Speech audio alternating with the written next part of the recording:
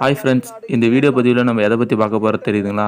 நம்ம காட்ராஜா வீரப்பனார் வாழ்ந்த வனப்பகுதியில் நடுவில் ஒரு நடு ஃபாரஸ்ட்டில் சின்ன சின்ன ஊருங்களும் கோவில்களும் நிறைய இருந்திருக்குது. அதை பற்றி தாங்க இந்த வீடியோ பதிவில் நம்ம பார்க்கலாம். வாங்க தெளிவாக போய் பார்க்கலாம். இந்தமாரி வீடியோ தொடர்ந்து பார்க்கணும்னு வச்சுன்னா கண்டிப்பாக நம்ம சேனல் சப்ஸ்கிரைப் பண்ணுங்கள். வாங்க வீடியோக்குள்ளே போகலாம். ஐயா, அதுல இருந்து வரக்கூடியதுதான் நம்ம பாலாறு. இந்த பாலாறுல என்னென்ன ஊர்கள் அதை சார்ந்து என்ன இருக்கு, அதை பத்தி கொஞ்சம் சிறப்பான தகவல்களை சொல்லுங்களேன். பாலாறு அடுத்து அது கர்நாடகா தமிழ்நாடு வந்து இணைப்பு பாலம், அந்த பாலாறு ஏரியா. அதை விட்டு அடுத்தது இந்தாண்ட வந்தால் சொர்க்காமடுவு. அங்கே வந்து பாரம்பரியமாக வந்து பட்டி மந்தை மாடு வச்சுக்கிட்டு அங்கே இருந்தது, அதுக்கு பேர் தான் சொர்க்காமடுவு. அந்த சொர்க்காமடுவுக்கு பக்கத்தில் தான் வந்து இந்த கன்னிவெடி வச்சு சுட்டது. பாலாறு அடுத்தது கட்டமடுவு அடுத்தது சொரக்காமடுவை விட்டா மத்தி மரத்தாறு அடுத்தது சிலக்கல் அது அடுத்தது வந்து கல்யாணப்பாறை அடுத்தது ஆஞ்சநேயர் கோயில் அடுத்தது உரலமடுவுன்னு சொல்லுவாங்க. அடுத்தது பீமரத்தாரை விட்டு சிலவக்கல் விட்டா கர்காக்கண்டி இருந்து அடுத்தது வந்தால் மேலே அதே அந்த பார்டர் வழியாக வந்துக்கிட்டு இருந்தால் டேராமோலை அடுத்தது வந்து வேளாம்பட்டி அங்கே ஒரு ஊர் இருக்குது. அதிலேருந்து எடுத்துக்கிட்டால் அப்படியே வந்தால் இந்தாண்ட நல்லூர் அடுத்தது அஞ்சிப்பாளையம், அது அடுத்தது பெத்தனப்பாளையத்தை அடுத்தது கூடலூர் அடுத்தது ஊக்கியத்தை அடுத்து ஜல்லிப்பாளையத்தை விட்டு கொட்டையூருக்கு போனால் தமிழ்நாடு பார்டரு. அதை அடுத்தது வந்து மாக்கனப்பாளையத்தை அடுத்தது அரிக்கியத்தை அடுத்தது கடம்பூர். அதை இந்த வழியில் எடுத்துக்கிட்டால் மேலே குன்றி, அது வந்து அந்த தமிழ்நாட்டுக்கு சேர்ந்த அந்த மலைப்பகுதி போலி அப்படின்னு சொல்லுவாங்க. அங்கேருந்து தான் இந்த பாலாத்து பள்ளமே உற்பத்தி ஆகி அந்த மலை தொடர்ந்து தான் வருது. இப்போ ஒவ்வொரு இடத்துக்கும் ஒரு பேர் இருக்கு. இப்போ என்ன குறிப்பா நம்ம சொல்லணும், இப்போ அங்கே பாலாறு, அடுத்ததான் வந்து பார்த்தீங்கன்னா கட்டமடுவு, இப்போ சொரக்காமடுவு, இப்போ அது அடுத்தது கல்யாணப்பாறை. இப்போ அந்த கல்யாணப்பாறைனா எதனால அந்த பாறைக்கு பேர் கல்யாணப்பாறைன்னா, அப்போ வந்து ஃபாரஸ்ட்டுக்கார் வந்து ஒவ்வொரு இடத்தையும் வந்து இந்த மலை ஏரியாவில் வந்து மூங்கல் வெட்டுறதுக்கு கூப்புன்னு விடுவாங்க, டெண்டர் மாதிரி. அந்த கூப்பில் வந்து இந்த ஜனங்க தங்கிக்கிட்டு ஒரு 50 20 ஆள் 50 ஆள் 100 ஆள் அப்படி தங்கிக்கிட்டு அங்கேயே வேலை செஞ்சுட்டு மூங்கல் வெட்டி வந்துட்டு இருப்பாங்க. அப்போ அந்த இடத்துல இருந்து அந்த பாறை மேலே வந்து அங்கேயே கல்யாணம் செஞ்சதுனால அதுக்கு பேர் கல்யாணப்பாறைன்னு வந்துச்சு. அங்கே சிலக்கல் அப்படிங்கிறாங்க. அங்கே சிலக்கல்னா என்ன? அந்த இடத்துல வந்து இதுக்கு முன்ன முதல்ல வந்து இந்த ஒரு 500-1000 ஆண்டுக்கு முன்னே இங்கே வந்து எல்லாம் வந்து இது வந்து இது விவசாய பூமியாக இருக்கும்போது அதில் வந்து லிங்க வடிவில் வந்து சிலை அடிச்சிருக்காங்க அந்த கல்லில். அதுக்கு வந்து பேர் தான், அதுக்கு வந்து சிலக்கல்லுன்னு பேர் இருக்கு. சிலக்கல். சரி, அடுத்ததான் வந்து ஆஞ்சநேயர் கோயில் அப்படிங்கிறாங்க. அந்த ஆஞ்சநேயர் கோயில்னா அந்த ஆஞ்சநேயர் கோயில் வந்து கல்லுலயே வந்து சிலை அடிச்சிருக்காங்க. அது எப்ப நடந்தது? அந்த பாரம்பரியமா அது வந்து சுமார் ஆண்டுகளுக்கு ஒரு பல ஆயிரம் ஆண்டுக்கு முன்னாடி அடிச்சதாக தான் அது தெரியுது. அதுக்கு உண்டான ஆதாரங்களும் அங்கே இருக்குது. ஒரு புலியோ மற்றதோ இருக்கிறதோ அந்த கோயில் வந்து பெரிய கல்லில் சிலைவடிச்சு ஒரு பக்கம் சைடில் இருந்துச்சு. இப்போ வந்து ஒரு குறிப்பிட்ட நாளைக்குள்ள அந்த பள்ளம் வந்து பெரிய தண்ணியாக வரும்போது அது தூக்கி இதில் போட்டுருச்சு. அப்பயுமே அதில் வந்து அதே வடிவத்தில் தான் உட்காந்துட்டு இருக்குது. இது எல்லாமே இந்த பாலாத்தாத்தில் வரக்கூடிய இடங்களாங்க. ஆமாம், எல்லாம் இந்த பாலாத்தை ஒட்டியே அந்த பார்டர் ஏரியா கர்நாடகா தமிழ்நாடு ரெண்டு சென்ட்ரலையே அந்த இதுலேயே தான் இந்த பாலாறு வந்துட்டு இருக்குது. வாழங்குழி அப்படிங்கிற ஒரு ஏரியா இருக்கு. அது வந்து தமிழ்நாட்டை சார்ந்ததா? அது தமிழ்நாட்டை சேர்ந்தது. அது ஒரு சிற்றுவாடை இப்படி தனிப்பட்ட முறையா அது போகுது. அந்த வாழங்குழி எது ஊர் இருக்கு, அதில் எங்கிருந்து வந்து கலக்குது? அந்த வாழங்குழி வந்து தேவர்மலைங்கிற ஒரு மலையில இருந்து அங்கேயும் ஊர் இருக்குது, தேவர்மலைன்னு ஊர் இருக்குது. அந்த ஊர்ல இருந்து வர்றது கீழே வந்து வசாட்டப்பா கோயில், அதுக்கு கீழே மாரிமடுவு, தோணிமடுவு, அதை விட்டா வாழங்குழி பாரம்பரியமா இருந்த பட்டி. அதில் இருந்து வந்து அதான் கட்டமடுவாண்ட வந்து அந்த பள்ளம் வந்து சேருது. ஆற்றுக்கு சேர்ற வரைக்கும் உள்ள இடங்கள் தான் நான் இப்போ சொல்லிட்டு வந்தது. இப்போ சொல்ல போனால் அந்த வாழங்குழி பள்ளமும் பாலாறு பள்ளமும் வந்து அந்த கட்டமடுவுங்கிற இடத்துல தான் வந்து சேருது. ரெண்டு சேருது. அந்த பக்கம் எடுத்துக்கிட்டா, கிழக்கு பக்கம் எடுத்துக்கிட்டா கத்திரி மலை, கம்பார மலை, மேற்கு பக்கம் எடுத்துக்கிட்டா போத மலை, ஊசி மலை, தேவர் மலை, காரண மலைன்னு அப்படி இந்த எல்லா மலை தொடரங்களையும் இருந்து அந்த சின்ன சின்ன சிற்றுவாடைங்க வந்து சேர்ந்து ஒரு பெரிய பள்ளமா வந்து சேருது.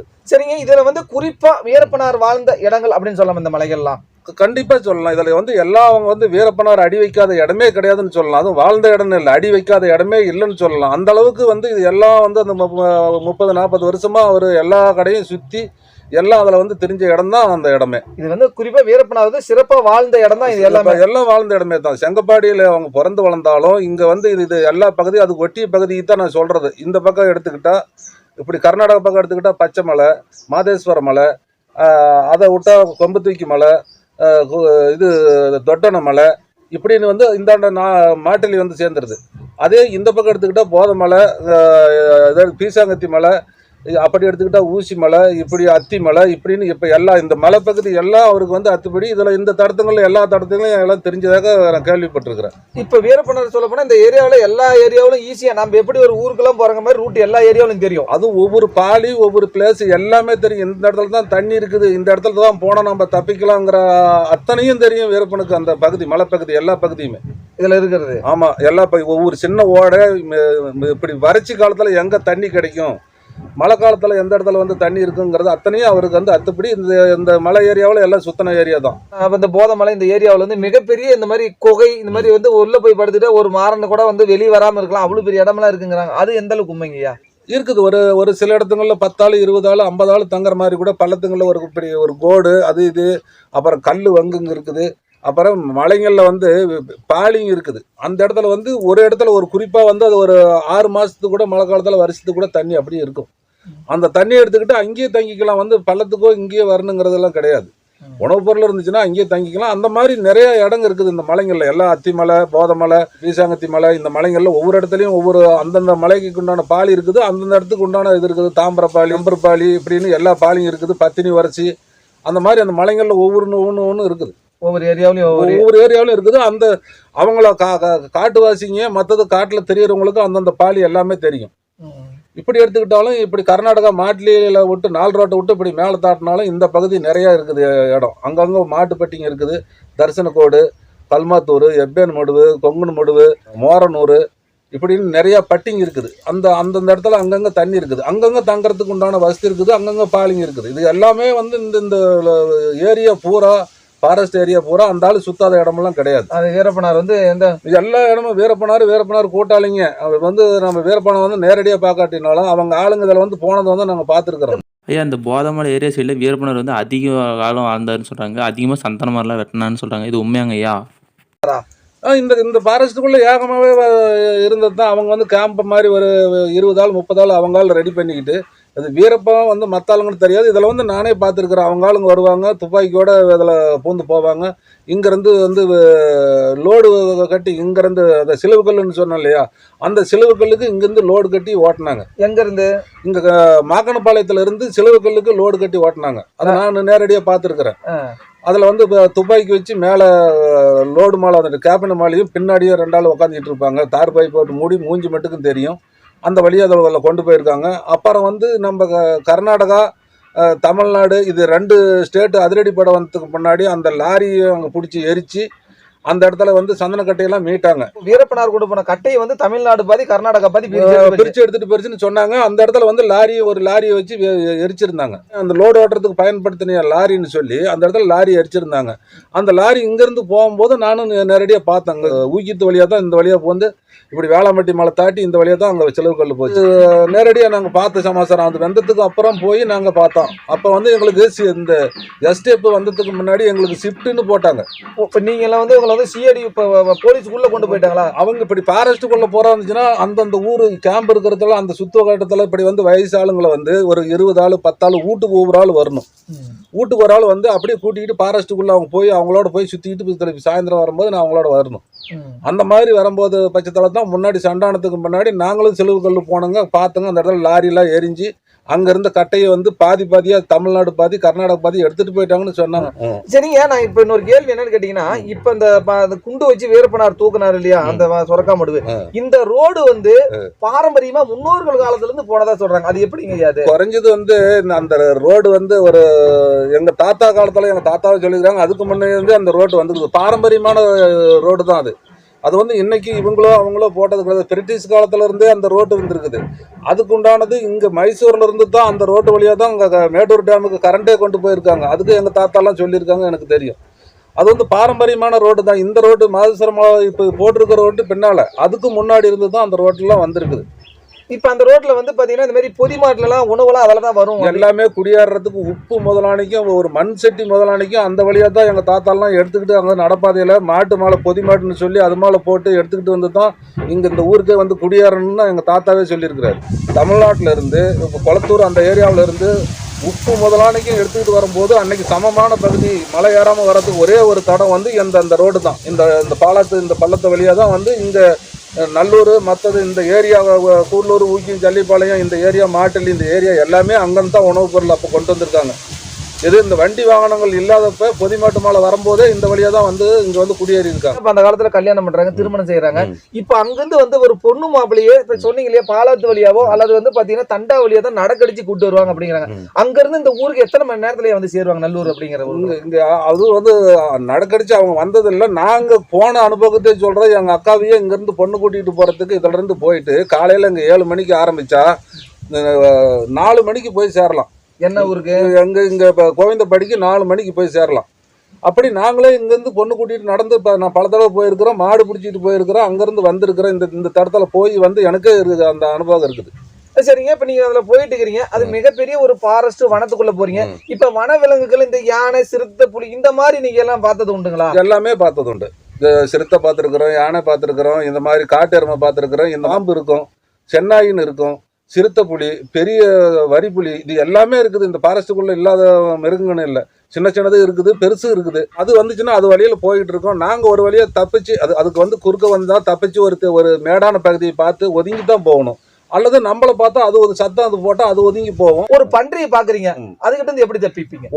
ஒரு சின்ன ஒரு கல்லை ஏறிக்கிட்டு கூட சத்தம் போட்டாங்கன்னா பன்றி வந்து ஒதுங்கி ஓடி போயிடும். அது வந்து குறிப்பாக வந்து நம்மளை தாக்கணும்னு வர்றதில்ல, அது தப்பிக்கிறதுக்கு உண்டான வழி தேடி ஓடி வரும். நம்மளை பிடிக்கிறதுக்கு வராங்கன்னு நம்ம ஒரு சின்ன ஒரு மேடா ஏறி அது சத்தம் போட்டாங்கன்னா ஓடி போயிடும் பன்றி. அதே மாதிரி இப்போ சிறுத்தை வருதுன்னா சிறுத்தை வந்து அனாவசியமாக நம்மளை வந்து தாக்காது.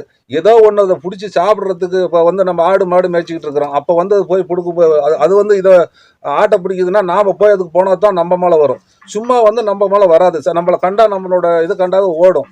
அது சத்தம் போட்டாங்களோ அதையும் விட்டுட்டு ஓடி போயிடும். அது நிறையா அதை எங்கள் அனுபவத்தில் நாங்கள் எல்லாம் பண்ணியிருக்கிறோம். இப்போ ஐயா காட்டெருமை வந்து மோசமான விலங்கு அப்படின்னு சொல்றாங்க, அதை பத்தி கொஞ்சம் சொல்லுங்க ஐயா. அது வந்து சும்மா இருக்கிறது இல்லை. அந்த கண்ணு போட்ட இறமைன்னு சொல்லுவாங்க. அது இளம் கண்ணுக்குட்டியா இருக்குது இல்லையா, அதை கண்டவங்களாம் நாம ஓடி தப்பிச்சுக்கணும். அதுக்கு வந்த கண்ணுக்குட்டி பிடிக்கிறதுக்கு வராங்கன்னு சொல்லி அதை வந்து நம்மளை தாக்கிறதுக்கு தான் வரும். அது வந்து அனாவசியமா வந்து தாக்காது. இளம் கண்ணுக்குட்டியா இருந்து ஓட முடியாத பட்சத்தில் நம்ம பக்கமாக போயிட்டோம்னா நம்மளை தாக்கிறதுக்கு வரும். அதில் இருந்து நம்ம ஓடித்தான் நம்ம தப்பிச்சுக்கணும். ஒரு மரமோ அல்லது ஒரு கல்லா ஏறி தான் தப்பிச்சுக்கணும். சரிங்க, இப்ப யானை இருக்குது. 2 விஷயம் சொல்லுவாங்க யானை கிட்ட. ஒரு குட்டி போட்ட யானை கிட்டையும் நம்ம தப்பிக்க முடியாது. அதே மாதிரி பாத்தீங்கன்னா கொம்பு யானை ஒண்டி யானை கிட்ட தப்பிக்க முடியாது. இதை பத்தி சொல்லுங்களேன். அது குட்டிப்பாட்டை யானைங்கிறது வந்து ஒரு குறிப்பிட்ட இடத்துல இருக்கும், சத்தம் போட்டுக்கிட்டு இருக்கும். அதுக்கு அங்கே இருக்கும்போதே சத்தம் போட்டுக்கிட்டு இது பண்ணிட்டு இருக்கோம். ஒண்டி யானை வந்து தற்சமயமாக வந்து நம்ம நேர்ந்துக்கிட்டோங்களா அதுக்கிட்ட இருந்து நம்ம ஒரு சுற்றி வளைச்சி ஓடுற இதில் தான் நம்ம தப்பிச்சுக்கணும். நம்மளை துரத்திக்கிட்டு வருது. எல்லா ஆணையும் ஃபாரஸ்ட்டில் இருக்கிறது எல்லாமே பார்த்த உடனே ஆளை வந்து முடிக்கிட்டு வர்றது கிடையாது. அது ஒரு சில ஆணைங்க வந்து ஏதோ ஒரு மதம் பிடிச்ச டைம் அந்த டைமில் வந்து நம்மளுக்கு சந்திச்சுக்கிட்டோங்களா நம்மளை முடிக்க வரும். அப்போ நம்ம ஓடி ஒரு ஒரு திட்டா ஏறி தான் தப்பிச்சுக்கணும். அதுக்கு வந்து நம்ம ஒரு நேராக வந்து நேர் தரத்தில் ஓடக்கூடாது. சுழிஞ்சு சடனாக போய் ஒரு செடி மரம் வச்சுன்னா சடனாக சுற்றி வளைச்சி வந்துடணும். நாம் அது நேராக இப்படி போயிடுச்சுன்னா நம்ம இப்படி ஒதுங்கிக்கணும். பின்னாடியே ஆமாம், அப்படி போயிட்டு ஒரு செடி மறைஞ்ச உடனே டக்குன்னு நம்ம சைடில் போயிட்டோங்களா அது நம்மளை வந்து சுற்றி வராது, நேராக அது போயிடும். அந்த மாதிரி நம்ம அதை சுழிஞ்சு தான் தப்பிச்சுக்கணும் யானை கிட்ட. இப்ப என்னன்னு கேட்டீங்கன்னா ஒரு விலங்கும் ஒவ்வொரு விஷயம் சொல்றாங்க. ஒரு யானை இருக்கு, மனிதனுடைய அந்த வாசம் வாடை தெரியும், அந்த சுமலை வச்சு கண்டுபிடிச்சிருக்காங்க. அதை பத்தி சொல்லுங்களேயா. அது வாடையெல்லாம் நம்ம இதில் வந்து ஒரு இடத்துல நம்ம வந்து ஒரு ஒன்றுக்கு போகிறோங்கன்னு வச்சுக்கோங்க. அதை வந்து பல மிருகங்க இருக்குது, இந்த கடத்தி மானுன்னு சொல்கிறாங்களே இந்த மாதிரி இதுங்கெல்லாம் அதை வந்து நாம் இங்கே படுத்திருக்கிறோங்கன்னா அதுக்கு வந்து குறைஞ்சது ஒரு 50 மீட்டர் 100 மீட்டர் தூரத்துக்குள்ளே இருக்கும்போது நம்மளோட ஸ்மெல்லு வச்சு அது கண்டுக்கும் மனுஷன் இருக்கிறான் அப்படின்னு சொல்லி. சில மிருகங்கள்லாம் ஒதுங்கி நம்ம கண்ணுக்கு தெரியாமல் போயிடும். புலி, இந்த மாதிரி மானு, கடத்தி, கரடி, இந்த மாதிரி சின்ன சின்ன விலங்குகள், முல்லாமன்றி இந்த மாதிரி இருங்கிறது அதெல்லாம் அந்த வந்து நம்ம வெளிச்சம் அதை விட்டு நம்மளோட ஒரு வாசனை நாம் ஒரு சோப்பு இந்த மாதிரி போட்டு குளிக்கிறதுனாலையோ அல்லது நம்ம மேலே இருக்கிற வேர்வை நாத்தமோ அது எதுன்னு நம்மளுக்கு தெரியாது. ஆனால் அதுக்கு தெரியும். கடத்தியெல்லாம் வந்து ஒரு 50 மீட்டர் தூரத்தில் இருக்கும்போதே நம்ம இங்கே இருக்கிறோங்கன்னா அங்கேருந்தே கத்தும். அதுக்கு இங்கே இந்த இடத்துல மனுஷன் இருக்கிறாங்கன்னு அது தெரிஞ்சு தான் அங்கேருந்து கத்தும். அந்த மாதிரி ஒவ்வொன்றுக்கும் அதுக்கு உண்டான இது இருக்குது. அதுக்கிட்ட இருந்து நாம் தப்பிக்கிறதுக்கு உண்டான வழியை மனுஷன் நாம் கண்டுக்கணும். எல்லா மிருகத்துக்கிட்டையும் டேஞ்சர் இருக்குது. எந்த மிருகமுமே வந்து இப்போ பாங்காட்டுக்குள்ள இருக்குது. ஆனால் குரங்கு இருக்குது, குரங்கே கடிக்கிறதுக்கு தான் வரும். இப்போ மனுஷங்கிட்ட பழகிக்கிட்டு இருக்கிற குரங்கு வேற, பழகாம வந்து அங்கே ஃபாரஸ்ட்டுக்குள்ள இருக்கிறதே வேற. அதுலேயே கருங்குரங்கு இருக்குது. அது இதோட டேஞ்சரானது. அதை எதனாலும் செய்யணும்னா அதுவும் கடிக்கும். ஒவ்வொன்றுக்கும் எல்லாத்துக்குமே வந்து நாம் வந்து அதுக்கு உண்டான இதில் தான் ஹேண்டில் பண்ணி தான் நம்ம தப்பிக்கணும். இதுல வந்து முதல்ல இருக்கிறதுக்கு வாய்ப்பு இருந்தாங்கய்யா. முதலையும் இருந்துச்சு. அது வந்து தண்ணி அதிகமாக போகிற டைமுங்களில் அங்கேருந்து பெரிய ஆற்றுல இருந்து முதல்ல இந்த பழத்துலையும் முதல்ல வந்திருக்குது. நாங்கள் பார்த்துருக்குறோம். இந்த பழத்தை நம்மளுடைய பாலாறு பழத்துலையும் வந்திருக்குது. 1 2 அப்படி வந்திருக்குது. நிறைய வர்றதில்ல. அந்த நல்ல சாம்பரமான காலத்தில் தண்ணி அதிகமாக போயிட்டு இருக்கும்போது இதுலேயும் மேலே வந்துடுது. இங்கே இது வரைக்குமே இந்த நம்ம இதெல்லாம் பார்த்துருக்குறோம். அந்த முதலே இப்போ நீங்கள் இது மாதிரி பார்த்த விஷயம் எல்லாமே இந்த பாலாறு பழத்தில் நடந்து. ஆமாம், இது எல்லாமே இந்த பாலாறு பழத்தில் தான். அந்த யானை இதில் வந்து நடந்து போனது. அதே இதில் வந்து நான் சின்ன குழந்தையா இருக்கும்போது, ஒரு 6 மாதம் 1 வருஷத்துக்கு குழந்தையா இருக்கும்போது எங்கள் தாய் மாமா வீடு வந்து அங்கே தமிழ்நாடு கருங்கலூருக்கு பக்கத்தில்.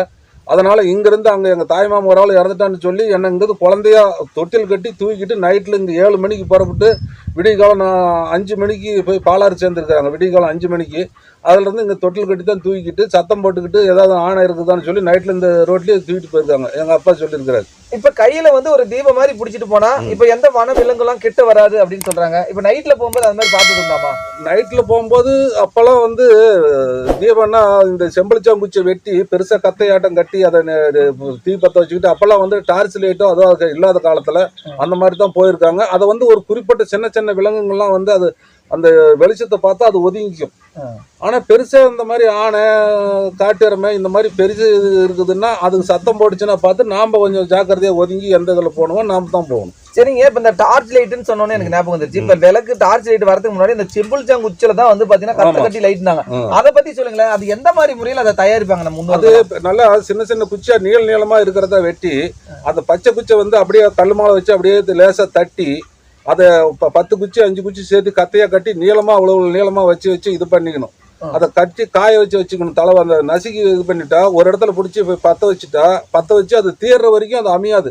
அப்படியே பிடிச்சிக்கிட்டே போயிட்டு இருக்கலாம். அது எவ்வளவு தூரம் அதை அந்த மாதிரி பந்தத்தை ரெடி பண்ண ஒரு 5 அடி ஒரு பந்தங்கன்னா குறைஞ்சது ஒரு 1 கிலோமீட்டர் போகலாம்.